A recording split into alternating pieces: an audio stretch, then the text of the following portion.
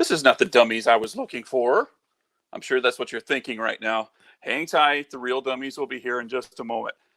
I'm George Kaplan. This is Artie. And tonight we have two of the Scotch for Dummies will be blind tasting some whiskey that we sent them. We have 4 samples that have been sent to Shawn and Drew. The theme of tonight's tasting is Start Your Whining, 4 wine-influenced whiskeys. I hope you enjoy. I hope they enjoy. Let's get into some blind whiskey tasting.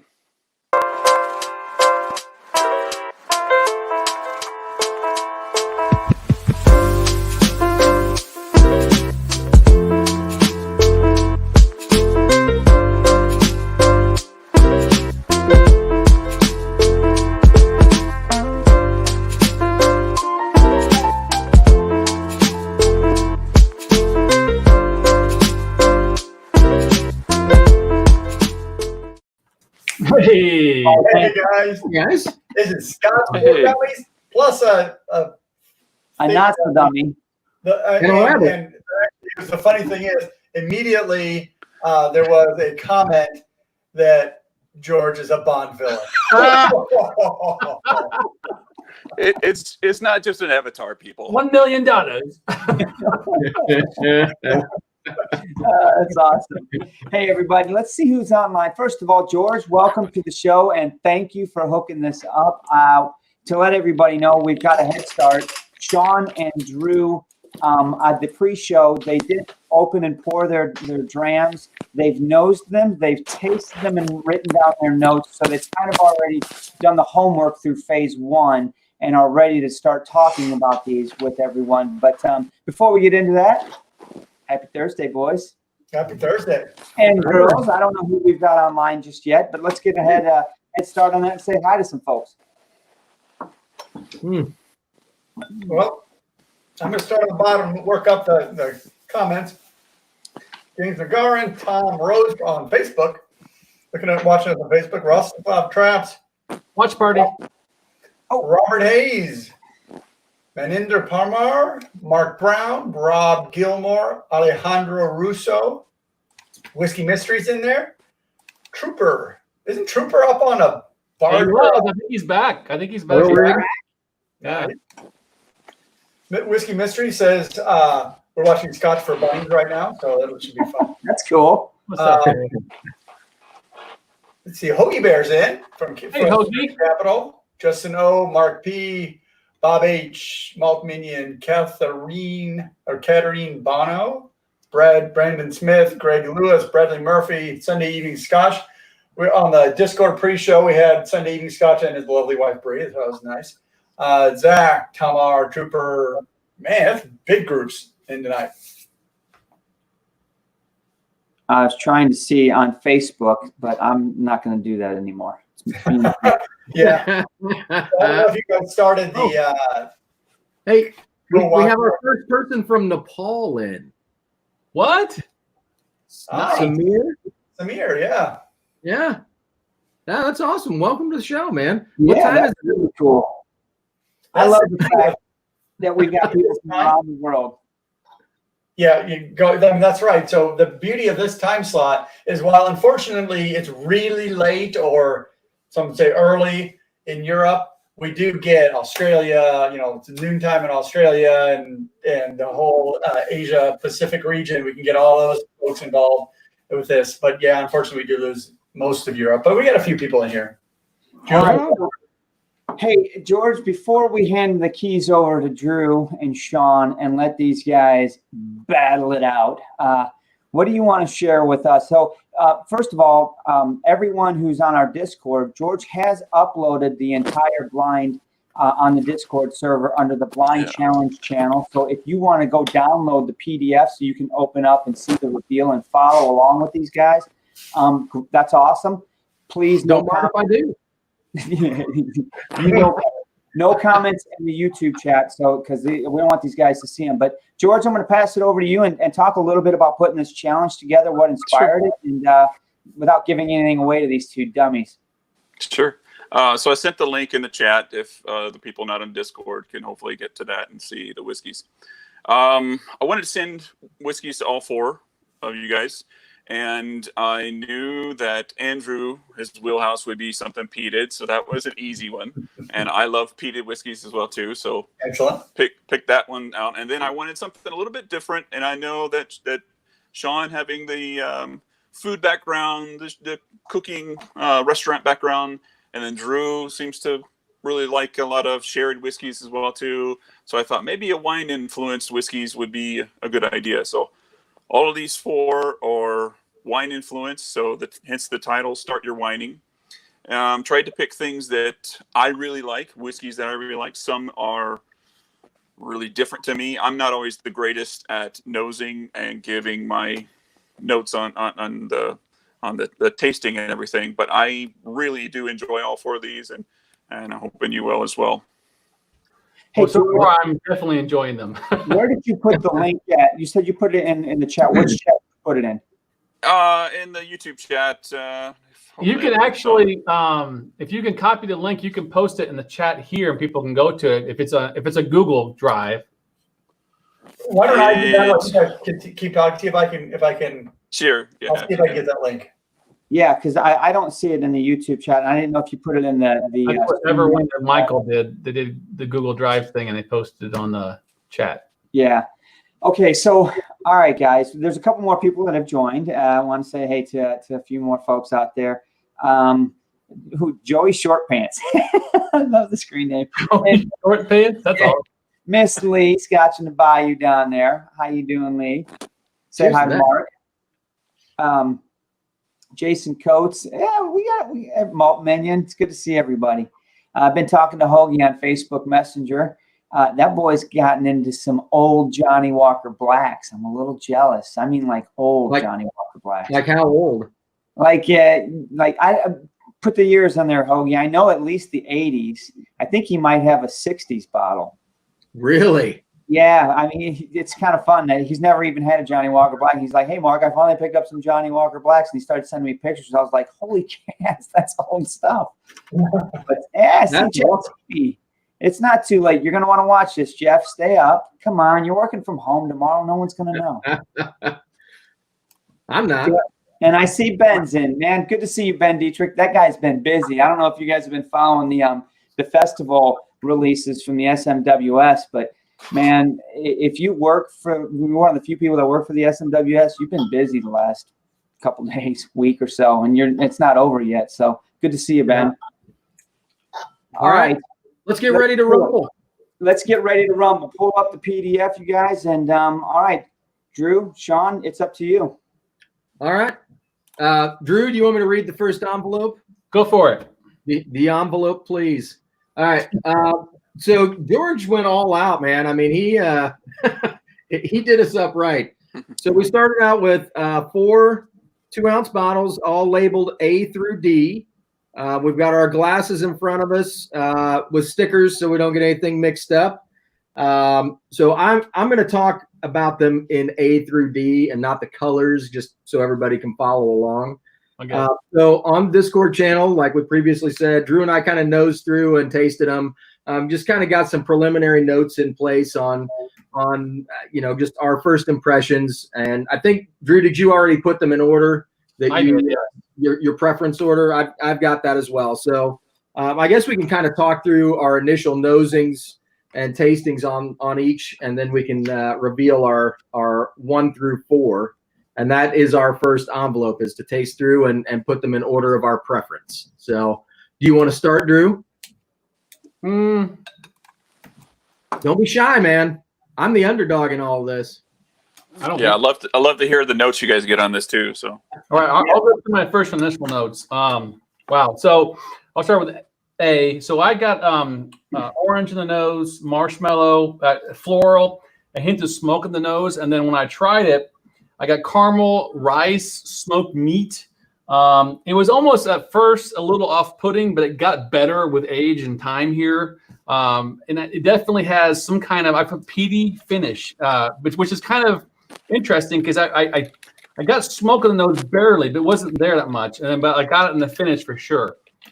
And that was on to A? That was for Alpha, yes. Really? Yeah. Okay. Uh-oh. yeah, it surprised me.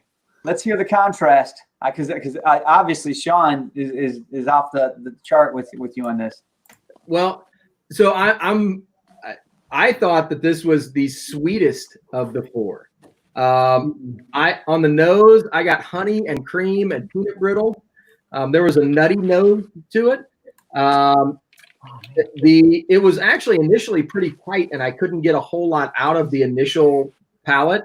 Once I let it sit and kind of aerate a little bit and open up, I got green tea and lemon. I got clover honey.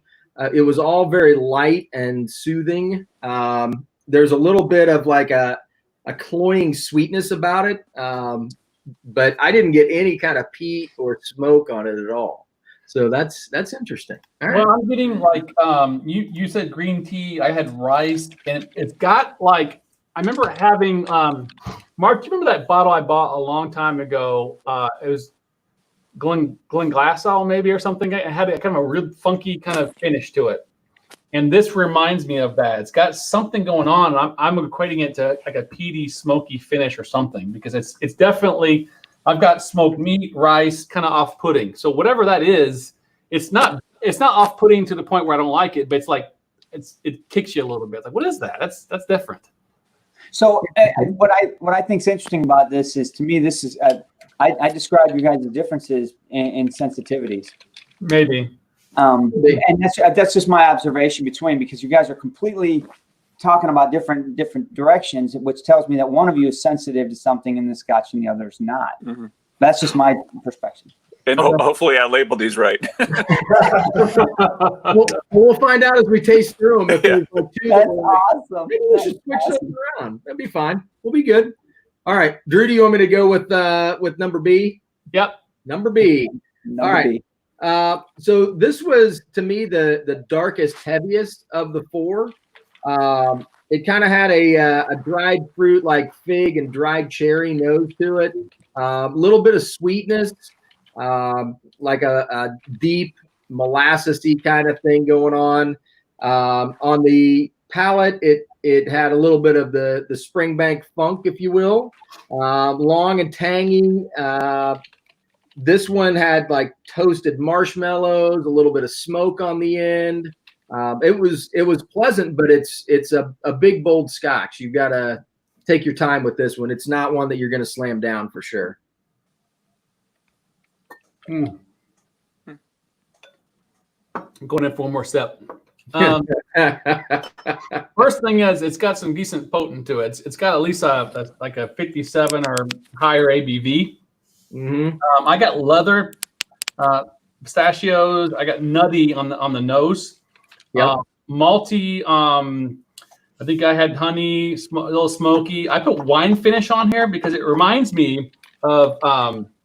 I actually wrote down Bellican because it reminds me of the Bordeaux cask that I have. Yep. It has kind of a funky, something that's unique to it, like a semi-sweet. And now that I know they're all wine casks, it makes sense to me that it's something like that. So I was going to say like a big cab finish. Right. It's got like a red wine. To me, like that tannic quality, like on the very end of the finish, is what I expect when I get a good big red wine. Yep. I know that bottle pretty well, so that's why I think that's what it is, but I don't know. But I enjoy it. But I think it definitely with water really mellowed it down. I could really get in there and get some more of that the fancy finish, if you will. It's really good. Which was actually my number one so far. Hey George, there's a question from Kamar. Did you say that these are all Scotch or single malts? Or are you up front with that? I didn't say, but I did reply to Tom. You may have seen that. These are all Scotches. That's all I'll say. Okay, fair enough. Because I wasn't sure about C. Make it easier for him, Tom. It has Scotch in it, okay? All of them have Scotch in it. Drew's perception and writing down wine note is really deep, though. That's good, man. I mean, the title of this blind. I learned from you last week, Mark. So shut up. See, I've got, like I said on our Zoom call earlier, it's probably the most tropical nose I've had for a Scotch. I wrote down pineapple tropical, vanilla pudding on the nose, I got coconut. Like I said, more tropical on the finish as well. I even wrote down pina colada. Like it just reminds me of kind of like a tropical drink for a Scotch, which is something I've personally not had yet. So it's really nice. But to me, this is the sweeter one out of all of them. This one, to me, I mean, it was sweet, and on the nose, it's almost like candy. Like initially, I wrote down like cotton candy, candy floss. Like it just has really sweet, but it's got depth of flavor too. So I'm with Drew. I get a lot of tropical notes on this one. You know, you get pineapple and coconut. Drew, you got pina colada. I got key lime pie on it. And I mean, to me, that's like very similar flavors. Yeah, very similar. Lime. I got a little bit of like a cinnamon spice note on the finish. But other than that, it's all very sweet and it's very enjoyable, actually. Like that's a really good one. Whatever this is, your wife will like this one. Actually, yeah, I was thinking I'm going to have to save her a little bit and see. Like she's going to smell it and be like, oh my God, I get it. I know, but maybe you put a little bit in some water or something. I don't know. But her flavor profile really kicks into that. Right. It's crazy stuff. So I'll move on to number D. So this one was interesting to me. It got the nose wasn't quite as potent as the other ones, but I get a little bit of charred sugar, some like creme brulee. It's got some like creamy quality to it on the nose. On the palate, I get like a gingerbread. It's got a creamy feel to it, a little bit of licorice on the very end. But I really like the gingerbread notes. It's not overpowering. It's just real nice and subtle, and it's all pulled together very well. I like that gingerbread. That's a good pull. I actually was the same way. I wrote cotton. I put weak nose. And I underlined it. It's not.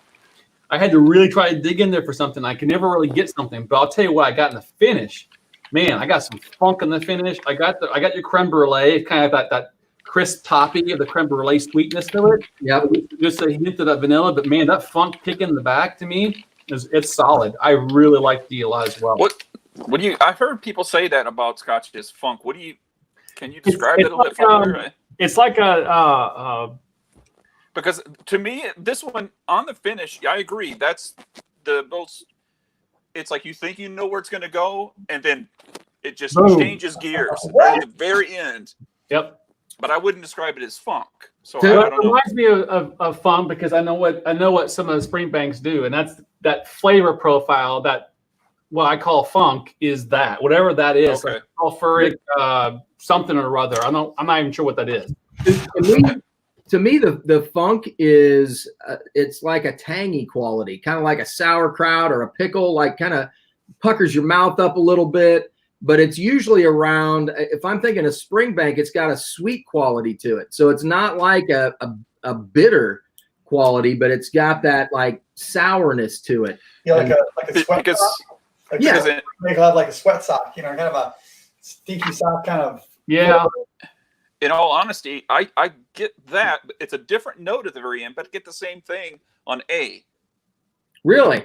Yeah, well, it's something right at the very end that I get. And I will tell you, this bottle's been open a little while. When I first opened it, it was really pronounced. It's come down now some.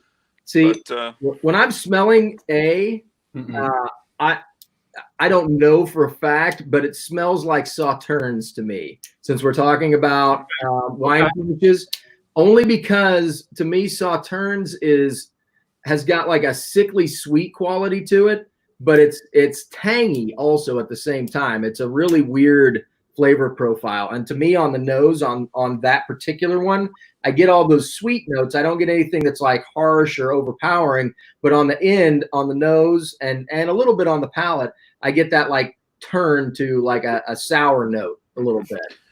What I'll say, I mentioned this on a previous Zoom call with Michael and Zach. To me, when I first tried this one, it was really different. At the very end, the only way I could describe it was Bananas Foster. It's something that come in right at the very end, and it was on like D? On A. On A. Okay. Yeah. A. So I will agree with Shawn there. I mean, so when I think of the funk, I mean, people are commenting and good stuff, but like I think of Dr. Scotch when he says about the extra plates and kind of, doubling up and getting more. It's like a double burn, some kind of charring or something else with me. That's why I get in a Springbank funk, where if that's what that is. And then on A, I get something too, but I even mentioned off-putting, but it's not like a funk. It's something else. I rice or smoked meat or some kind of. I don't know what that is, but it's definitely. I've had that before. Whatever flavor profile it is, it's not a funk, but it's something else. I can't put my finger on it yet. Well, yeah, we may get to it in the next level. I was Answer that question. Let's the first challenge for you guys is to rank these in order of your preference, right? So one, what was it, Shawn or George? 4 being which one you like the least, 1 the most. Are you asking me to rank them? No, and I know. I was going to ask you whether it was good or 4 is good. I want to hear them rank these. Yeah, and put this. So, go ahead, Shawn. You want me to go first? Yeah, go for it. All right. So in my order from most favorite to least favorite, and that being a very small window because I like all 4 of these. So it was kind of difficult to pick. Letter C is my favorite. I really enjoyed that glass. I don't know what it is about it, but like the nose and the palate and everything about it just keeps bringing more to the table. So I can't argue with that one. I didn't watch that sample bottle, so that's. I mean, it could be dope, or it doesn't taste peaty, so it's all good. And then A is my second favorite. And it's got a real nice palate to it as well. Letter B is my third, and letter D is my fourth. And again, I mean, it's a pretty narrow window. Really, D only lost out just because it didn't quite bring that depth of character that the other ones did. Okay. Yeah, I will agree with D. I like it, but it's. The only reason I like it is because that in funk finish. I mean, there's nothing else really killing it for me. I'm not getting any cool, sophisticated flavors or any kind of complexity there. It's just kind of like, it's pretty good. Oh, funk is nice. I like that. So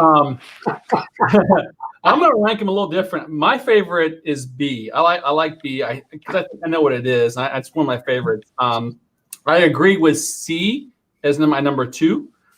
Because I kind of like the fact that it's sweet, it's tropical, it's got a good ABV to it. I think you can play with it. It's so far, it's been sitting here for probably a good 20 minutes. It's really good and delicious. And then between 3 and 4, there's a toss up. I went with D as my number 3, and I went with A as my number 4. Okay. Very good. Interesting. Good. Well, I don't know if you want me to kind of reveal now or not, but you're both wrong. That's a given. Sorry. Thank you. No, 0 points. I held my breath. I'm like, damn, George is throwing a curveball. This is not how this goes. Okay. No, to be honest, I'm not surprised with some of your rankings. So yeah. Don't think I could have predicted them, but I'm not surprised. Okay, so envelope number 2. Your instructions are very simple, according to George. Nose and taste whiskey again while reviewing a set of challenge questions included in the envelope. Determine which letter aligns with each question. All right. The multiple The choice. questions are: find the Campbelltown, find the Highland, find the Isla, and find the Speyside. What? I'm gonna go with my gut. Follow your gut. You've got all the notes. You got all the information. This is where all that experience pays off. This should take like 5 minutes to knock these out. That's right. Pretty simple questions.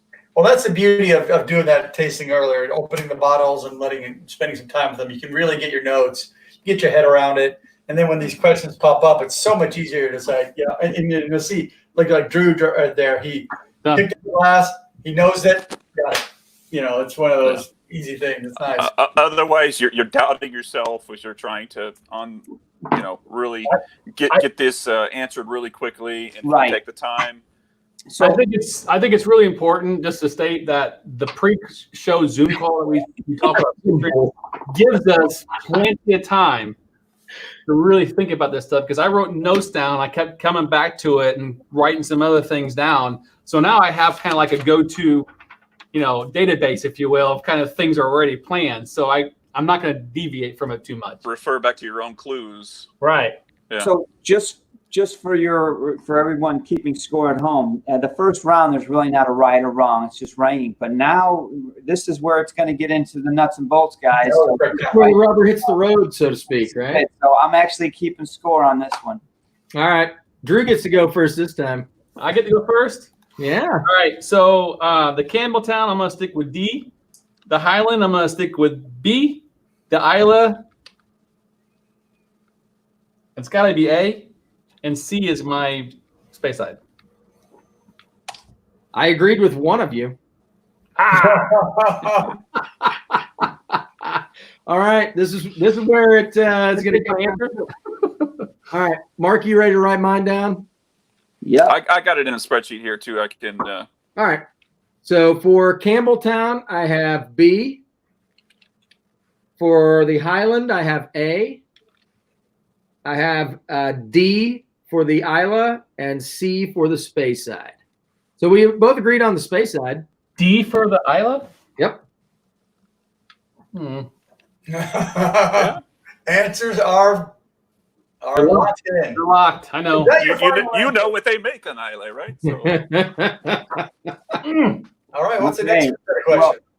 All right. So Was that it? That's it for no, that. that was pretty simple, yeah. Just That was like I said. All right. So nice. Take a breather and a glass of water for your palates a little bit, because you're getting down into envelope 3. Okay. Whew. Okay. You're getting killed in there, Rocco. Some more questions. At least there's going to be it's definitive. We're both not like, well, same answers. Everybody's Yeah. The one in the middle. I'm That's just going right. to copy whatever There may be a winner. Sean says. Determine which letter aligns with each question. So the questions for this one: Oh, man. find the 2008 bottling, find the red wine from South Africa, find the white wine, and find which one is the highest ABV. Now, question: Are there any repeats here? So could B be a couple of them, or is it A, B, C, D? These are all unique answers. Unique You should have a letter for each. Okay. This Question. is really hard. It is hard. So these questions are the most difficult for me, because you're not really comparing the whiskeys. You're like, which one is most like? I mean, it's You gotta have some experience with some of this stuff to even have an idea. I mean, so That's right. So know if some of you these. take the first question, which one tastes like older whiskey, maybe, right. or older bottling? Which one is the red wine influence? Which one is the white wine influence? And which one is the highest ABV? So you can pick out little breadcrumbs maybe from each one. exactly. So that's where I see the red wine, the white wine, and the highest ABV are easier for me to find, and then the one that's left is the 2008, probably for me. I mean, I don't know.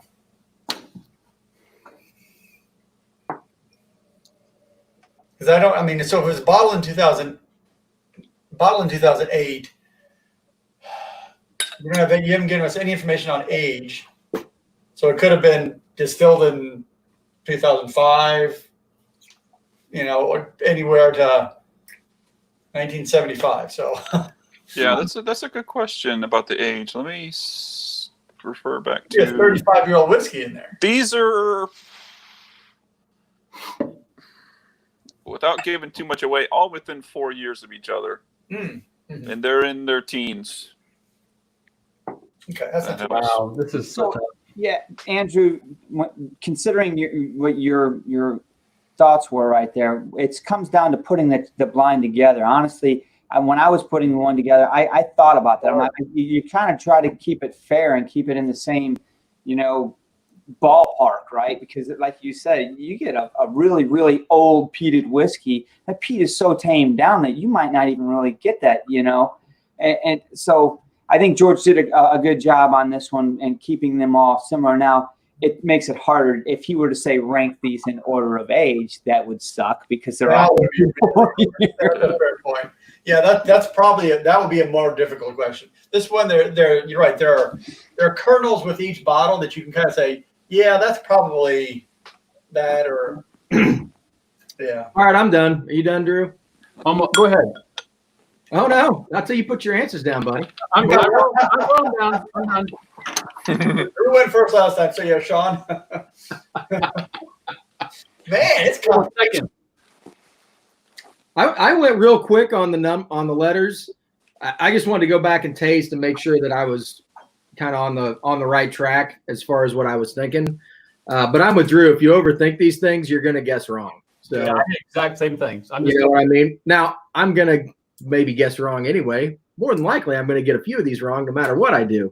So, but you kind of go with your gut and you trust your palate to kind of lead you in the right direction. So I started out with find the white wine because I thought that was maybe the easiest one. So I went with A for the white wine. The red wine from South Africa, I went with C. The highest ABV, I went with B. And the 2008 bottling, I went with D. Dog, Delta? Yep. Okay. So Those are good. I don't know. I mean, I think I have them wrong. I'm with you. I got find a 2008 bottling. I put B because I'm going to go with my gut what I think it is. Find the red wine from South Africa. I put D. I agree with you in the white wine A. And I think C actually has the highest ABV. Really? I probably should have clarified, but just to make sure what I mean by the first question, find the 2008 bottling. It's bottled in 2008. It's not distilled in 2008. It's bottled in 2008. Okay. Nope. That was the last one. I did all the other ones first, and by process of elimination, like Andrew said, it's really tough to do that kind of stuff without having any other frame of reference or information. Well, we both thought the white wine was A, so I think we're on. Can I read back your guys and make sure I got your Drew, you had 08 was Bravo, South Africa wine was Delta, white wine was Alpha, and high ABV was Charlie. Yep. Shawn, 08 was Delta, South African Charlie, white wine Alpha, high ABV Bravo. Correct. Okay. I need to make sure I got this and go back on the scoring here and make sure I've done this right. Give me. George already has the spreadsheet filled out. George, you That's got right. it there? Good. Two to five. Number 4. So far. I've got 2 to 5 as well. All right. We are eyeballs in whiskey. Time to tell you what you've been drinking. The Can heat you is pair up on. the whiskey with the bottle? Oh, man. Okay. All right. So the bottles, as they are presented, Pelican 12-year-old Burgundy cask. That's from Edredor Distillery. There's a Bruichladdich 16-year-old First Growth Series Cuvée B Polac, yeah. Long Row Red 13-year-old Malbec, and the Scotch Malt Whiskey Society 35.245, a conversation piece, 16-year. Dun, dun, dun. The plot thickens. I am off. Drew is off. You're not allowed to go back and change previous answers. No. Nope. That's why Mark had to lock them in. You lock those in, guys. Final answer. Well, whatever. I'm locked in. I'm ready, Shawn. Hold on, killer. All right, man. Go ahead. All right. I think B is that's why I said from the very beginning the Pelican 12. I think it's exactly what that is for B. The Bruichladdich is Alpha. The Long Row is D, Campbelltown, which I thought it was. And C is the Scotch Malt Whiskey Society. All right, Shawn. Interesting. What's your answers? All right. I agree with you on the Balakin. I did B. For Bruichladdich, I did D. D. Long Row, C. And the Scotch Malt Whiskey Society, A. All right. All right. Now, are we ready? Your total score between both of you? No, 100%. Yeah. Thanks. Thank you, George. I was like, Trying to be good sports about it. oh my gosh. Are we Team ready effort. for the reveal? Team effort. Are we ready for the big reveal? Drum roll, please. Envelope number 5. All right. Done. Here we go. All right, who wants to read the envelope? All right. Well, since I can't get mine open, it'll have to be Drew. I'm Give up. us a reveal. I got you. Go for it. All right. Oh, Oh, hey, how you doing there? Oh, Drew and I were both correct that number B was the Balakin. why did you get it right? Balakin, 12-year Burgundy cask. Letter A was the Bruichladdich, which I would never have guessed. That doesn't taste like that at all. Not to me. Number C was the SMWS 35.245. And that was the white wine. Really?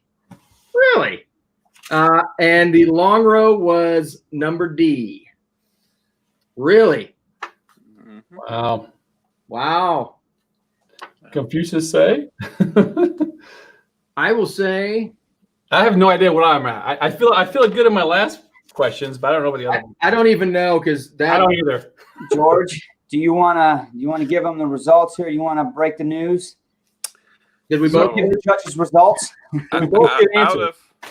Out of the 12 questions, one of you got 3 right, and the other got 9 right. So Shawn got 3 right, or 25%, Yeah. and Drew got 9, 75%. Dang. Drew came out of the gate swinging like freaking, like Rocky, man. Yeah. I just don't know. Barely. To me, a few of the surprises. I mean, I thought maybe you would get the Balakin because I think you guys had the bottle. The bottle Yeah. came from Vine Yeah, and we've Table, all got right? So you should maybe be familiar with it. Yeah, At Drew least once you see nurses the name. that one, but he knows that well. Yeah. That's how much I had left. to See? go. Yeah. The Bruichladdich, it's old Bruichladdich. I mean, it's before I think the revival, bottled in 2008. It's a 16-year-old. It's part of the First Growth Wine Series. Tasted really different, really unique to me when I first opened it. It had kind of a old whiskey taste to it, and again, that note at the very end was kind of unique. Yeah. Long Row Red, 13 Malbec's one of my favorites all time. And then the Scotch Malt Whiskey Society, a conversation piece. I would never pick it out as being a white wine. No. For one, the color throws it off for me, and I think Ben, his Dietrich's on here, he could explain it. But I think that's the toasted heads really give it a lot of color, and it has a lot of flavors going on into it. In it, of the bottles that I got from that outturn, that one was a favorite. It was just so much going on. It's wonderful. It really is. But I never, ever would have guessed that was the white wine. That would have been my very last pick for being the white wine. Yeah, I really like C2. It's nice. There are 4 good whiskeys, guys. When I first opened this thing up, and he's got the reveal at the top of the PDF, all 4 of us, I was like, damn, I want to be in on this wine. Yeah. I'll tell you what, wine tastings gets a little hairy because you're mixing a lot of different things, and you're in your head trying to figure out wine finishes, and I think you can confuse yourself on it pretty easily because I mean C was, if not the darkest, the second darkest whiskey out of the 4, and I immediately ruled it out as a white wine finish just because of that. But the didn't really lead me to a white wine either. I would have never guessed a Chenin Blanc on this. That's sneaky, George. Hey, Drew, you have a super chat from Scotch Chest Dummies to drink the rest, to kill that zebra. I think that's a good celebratory. I like that. Look at that Belican. You know what? Women drink the whole bottle, Drew. I'm going to call you out on this. Mike Porter, Sun Eating Scotch, he actually, he made a comment, Drew, and he's a good point. From the very gate, right out of the gate, you called that bottle. I mean, you nailed it within the first 5 minutes, and we all had to keep poker faces. But when it got to the third set of questions there, we had to find the 08, the South African. I think if you would have just slowed down and did a little math in your head, there's no way you would have put the Balakin on 08 because you knew the Balakin's a 12-year-old and you bought the Balakin 2 or 3 years ago. It couldn't be. It was just it's like you didn't think. It was all I guess, to be honest with you. I couldn't remember exactly what was on it. I knew the taste of this bottle. I knew what it was. And to Shawn's point about the coloring, I got to tell you, I'm really bad at looking at that. You killed me on the first round, Mark, when you started talking about the color, the dark color of it. I didn't even look at that with the white wine. I mean, I looked at it right at the beginning in the Zoom. Well, I completely forgot about it. And George is saying that probably was a benefit to you because the color threw him off in considering it's a white wine finish. Yeah. I didn't even look. I never would have thought that I didn't get any of the darker color on the long row with the Malbec finish. I mean, it was, now that I'm really looking at it, it might have a little bit of a red tinge to it maybe, but I mean, it's one of the lighter whiskeys. And I mean, when I'm looking at that SMWS description, Glenmorangie, which is, I consider a very light tasting Scotch.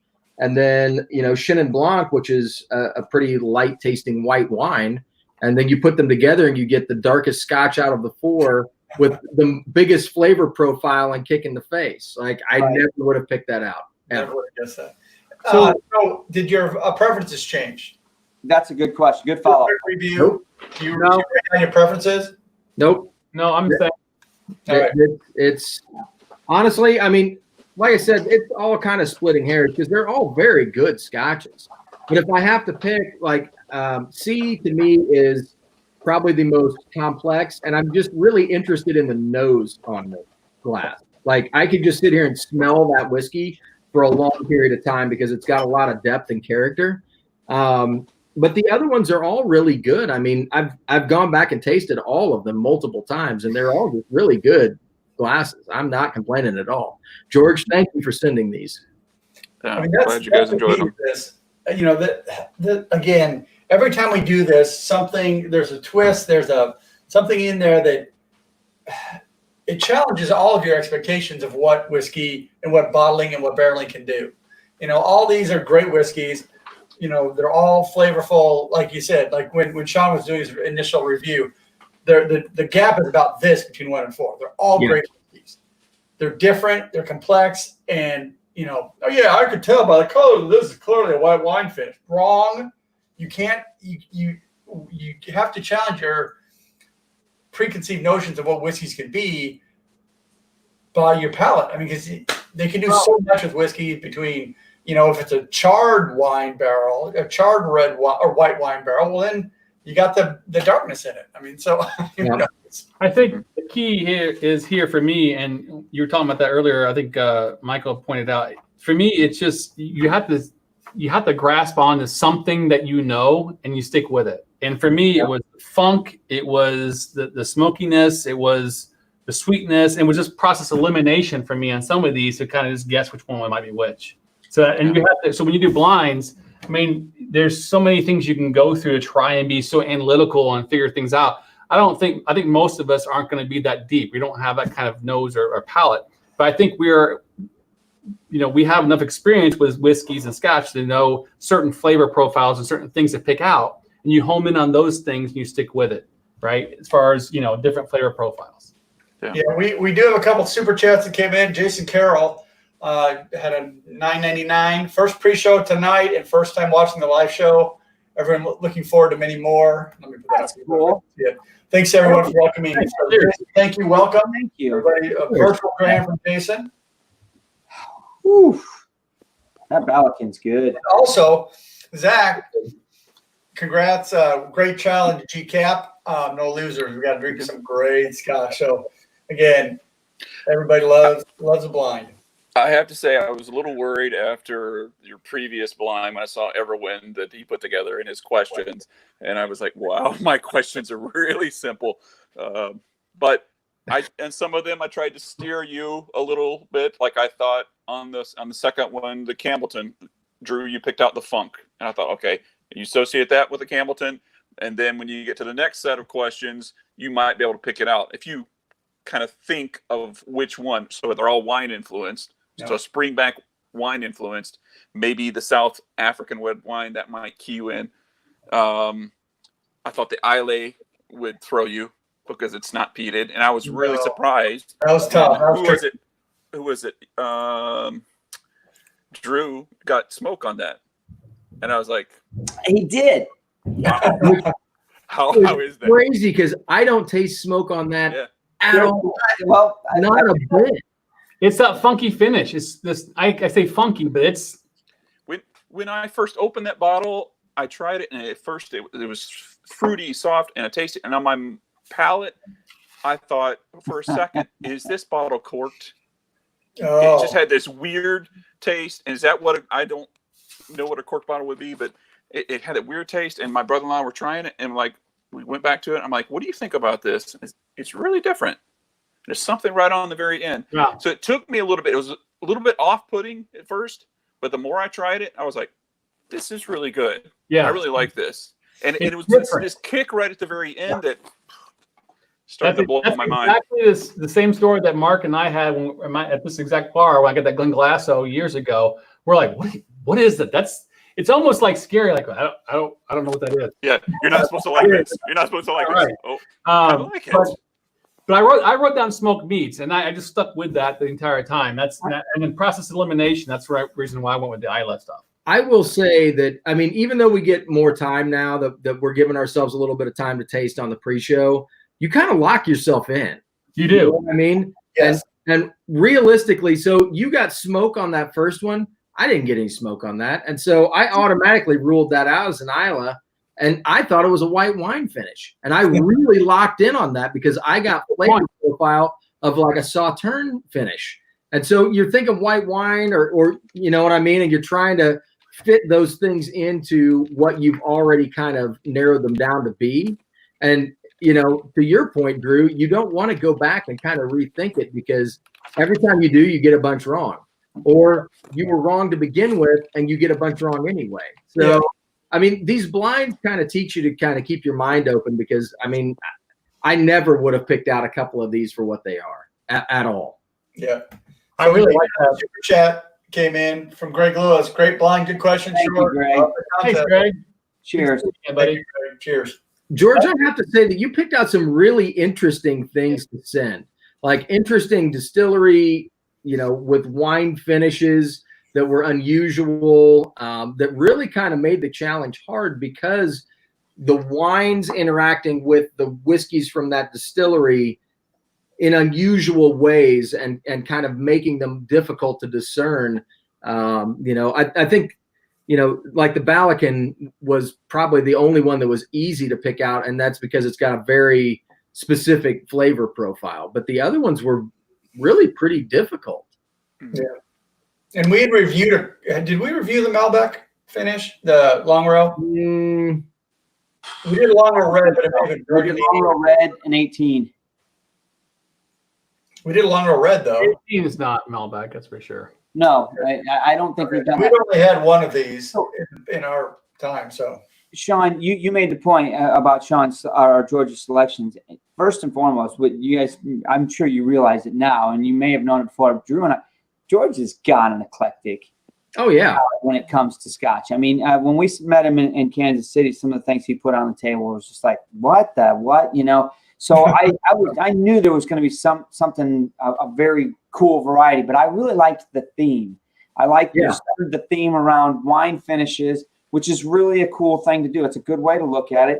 And, you know, you say you kept your questions simple when you consider them to everyone. But they were great.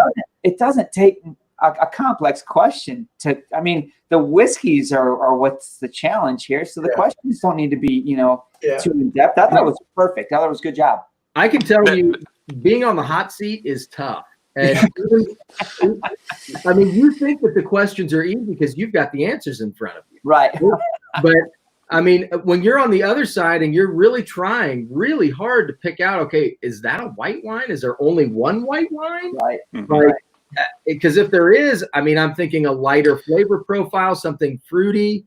And I mean, so that leads me in one direction and away from others automatically. And I mean, it kind of throws you off your game a little bit. So, I mean, I thought that the questions were challenging. I thought that the scotches were great. So I think it's a fun blind.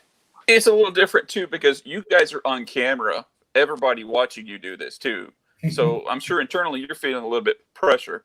But for me, drinking whiskey blind, it just takes away all my preconceived notions. If I know what the whiskeys are, I'm already going to be trying to pick, oh, this is the Bruichladdich, this is the Springbank, you know, and it's really unfair. So having it totally blind, not knowing what the potential bottles are, I would that's really fun, and I hope it was really fun for you to do.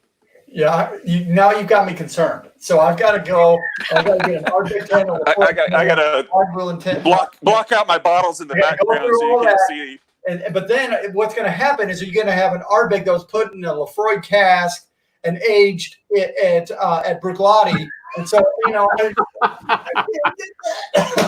Yeah. Oh, my God. And part of the time at Springbank in their Dunnage warehouse. So much to get Andrew going.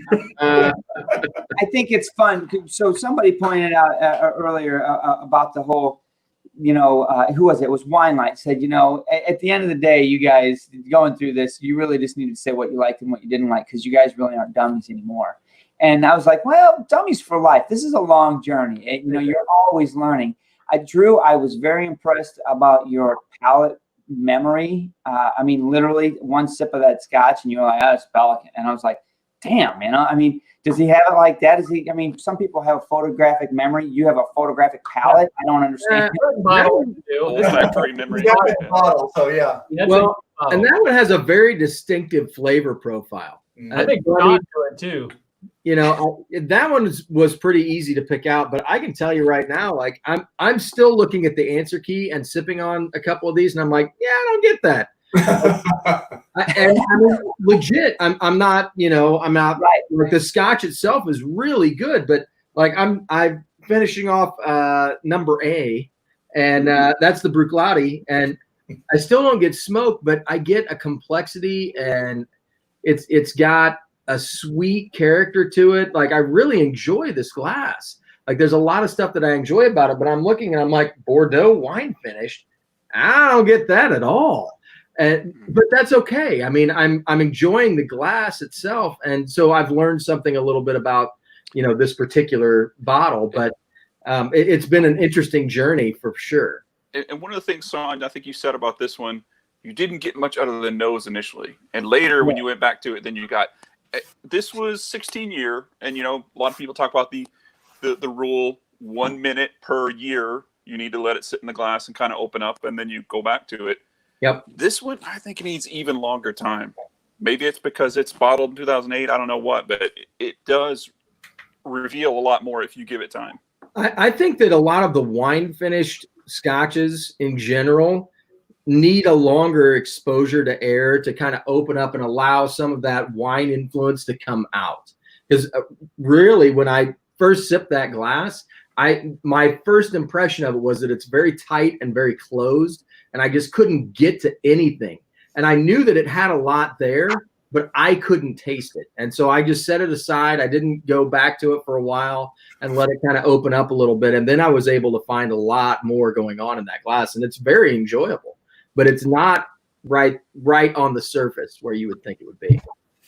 Well, and I think Hoagie made a comment much earlier up the chat that part of blinds is actually having an affluence of Scotch knowledge and history, a little bit about the distilleries and the ages and the caskings, the maturations, you know. So I mean, when the more you do these blinds, the better you're going to get, is because of the history and experience and memory that you have of these things, that palate, that finish, that maturation, that year, you build that knowledge up, and the next thing you know, you're you get really good at the blinds. But if you don't have that in your back pocket, man, you're But really I would say that it can also be detrimental because, like number C, this Glen Moray, I would never, ever, ever pick this out.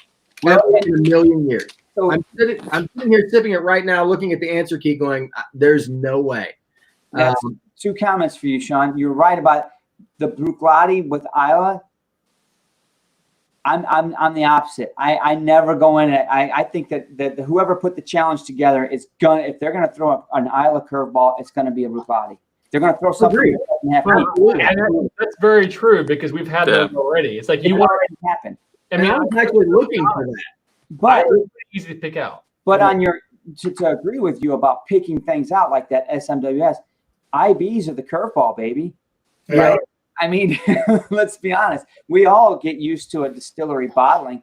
Drew can pick out a Deanston. I mean, come on. I can pick out a McKellen with blindfolded every day of the week. But you throw it in an independent bottling, and now Or Max 6. Well, That's what I like. So for me, that's what I like about George's questions. Hold on, it's easier. He didn't ask about distillery until like the end. He was asking, caskings and that kind of information first, because for me, I don't remember a distillery. I can remember notes and these kind of things, but I don't put a flavor profile to a distillery. And so because of that, my little cheat sheet here, my flavor wheel, that's what I use to analyze it. And then as the questions come in, I like, okay, maybe I have a little experience with a distillery, so I can kind of help. But if you're asking like a wine cask or a barrel, I can pull some of those more flavors out. But I can't, this is an Ardbeg. This is an Ardbeg new make. I can tell because of all the Ardbegs I've had, this is the one flavor profile that's consistent across them. I don't have that kind of information stuck in my brain anyway. right. So Tom wanted to know, because did you guys add water? Because you guys did this off camera before the live during the pre-show. I did not, and the reason I didn't was because I didn't know if there was going to be an ABV question in the blind somewhere. And so when I was doing the tasting initially on the pre-show, I thought about adding some water, especially to A, because it seemed tight and I wanted to open it up just a little bit. But I also didn't want to water it down so much that I couldn't get to that ABV question. And so I left them all at whatever strength they came in at. Yep. Yeah, so there's a tip for blind tasting challenges, Andrew. When you're doing the nosing and the initial palate, write notes down on and score them ABV right now before you put it in the water. That's the first thing you do, as you're going through that first pass. Because I mean, Shawn's right. You're like, shit, is there going to be an ABV question later down the road? I don't want to add this water, but I need to add the water to open this thing up. And it may be really important later on to figure out which one's which. Right. So, You can't see my writing probably, but I wrote down ABVs on neat first, no water. And I did add water to it. But I mean, I'm not kidding. The best thing to do is write everything you can possibly think of as a database to go forward with, because that's what you go from. My whole thing was always referencing my first initial nose, then adding water to it, figuring things out. You're right, but it's something to go from. My notes for that blind last week, I've got preference, I got ABV, I have approximate age, I have notes on the nose, notes on the mouth. Regions. Don't forget regions. That's why I put regions down. Got a few of them I picked out for regions. A couple of them. I don't have regions on mine because I'm terrible at that. Because you always like a what is it, a Balvenie Pete week? I'm like, Well, let's be fair. Last week you guys had some hard stuff. Beechwood. Beechwood, yeah, that was cheating. Last week was a challenge, and the things that I would look for as flags to help me figure things out, I just wasn't picking them up. So, and tonight, the things that I was picking out, you were getting different things, Drew. So we were all over the place, yeah. And I mean, you know what? That's okay, because that shows your palate difference and shows what you're tasting for when you're tasting a Scotch. And so you're tasting for different things than I'm tasting, and that's okay. You know, I mean, I really enjoyed all 4 glasses, but I got different things out of them than you got out of them. And, you know, so you can appreciate Scotch in a different way. Everybody does. Sure. And I really, George, the wine finishes to me are the most unique thing that Scotch does. Because, I mean, if you look at a bourbon, you know, it's got to be in a new oak barrel, you know, it's got to be aged for 3 years. Like there's a lot of things that are very similar about a bourbon.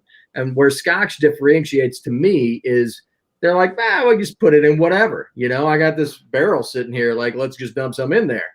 And, you know, and you get so many unique flavors and complexity out of doing stuff like that, that to me, that's what brought me over to Scotch. And I still find intriguing to this day. I agree. Well, George, I got to say thank you so much for this. I agree with this. Is a great lineup from Shawn and I. I mean, I couldn't be more pleased with the wine selection cast. I mean, this is unbelievable scotches. Thank you so much for participating with us. I appreciate you so much. Agreed. Yeah, thanks for sending these. It was a good challenge, George. Looking forward to the other half of it. And what else do you want to share with everybody before we sign off here, Drew? Do we want to talk about any of the merch stuff that you've been working on, or are we going to keep that under wraps for another week or so? Well, we can let people know that if you're a patron, our new challenge wines are actually pre-ordering right now. What do they look like? Well, They're amazing. They're pretty cool. You have to be a patron to see it right now. But I know. Actually, so if anybody's interested, go to our website. We got these shirts too, all medium to double extra large. And you made a comment that the patrons can see the coins now. The patrons had a lot of input and influence in the design. They did. They did. I hit them up on Discord for a good month or so. Right. When we collaborated together on some of the designs. So I'm actually really excited. We all pretty fun, man. We all have our own unique kind of coin. It's pretty neat. Yeah, it's a different look this year. There's a 5th coin. There's a 1, 2, 3, 4, 5. Yeah. Anyway, be on the lookout for that. Those will be opened up to the regular subscribers, general pop here soon, right? Yep. Yeah. Anything else that we've got coming up? Are we still doing a live on Monday, or are we going to try and do a regular review like we did last Monday? And by the way, for everybody on that's watching, Monday was a test. We were trying to do a review. I saw some of the comments. They're like, man, these guys must be in a hurry. They didn't even say hello. We were really trying to get back into our zone of how we do a review and just giving you guys the insight into that. Maybe we should have prefaced it with that a little bit, but what are we doing moving forward, guys? Are we going to try and do that again? Or are we going to go back to our regular Monday live? I think all the above. This just depends on the situation. Okay. So be flexible with us, guys. We're trying. I mean, honestly, Mondays really weren't live show time zones for us. No. But we're making it work. 2 live shows a week just because of the pandemic. But hopefully we get back to releasing an actual review every week and doing the live and the pre-show and stuff. It'd be nice to get back to some semblance of order. How about The state we're in is starting to open up. We're definitely, group of 4 is certainly legal by state standards. So I can see why we get back together. Absolutely. We're George, awesome. Thank you so much for participating. Appreciate you so much, guys. Everybody for tuning in. Cheers, guys. Thursday. Happy Thursday. Thank you so much. Love y'all. Bye.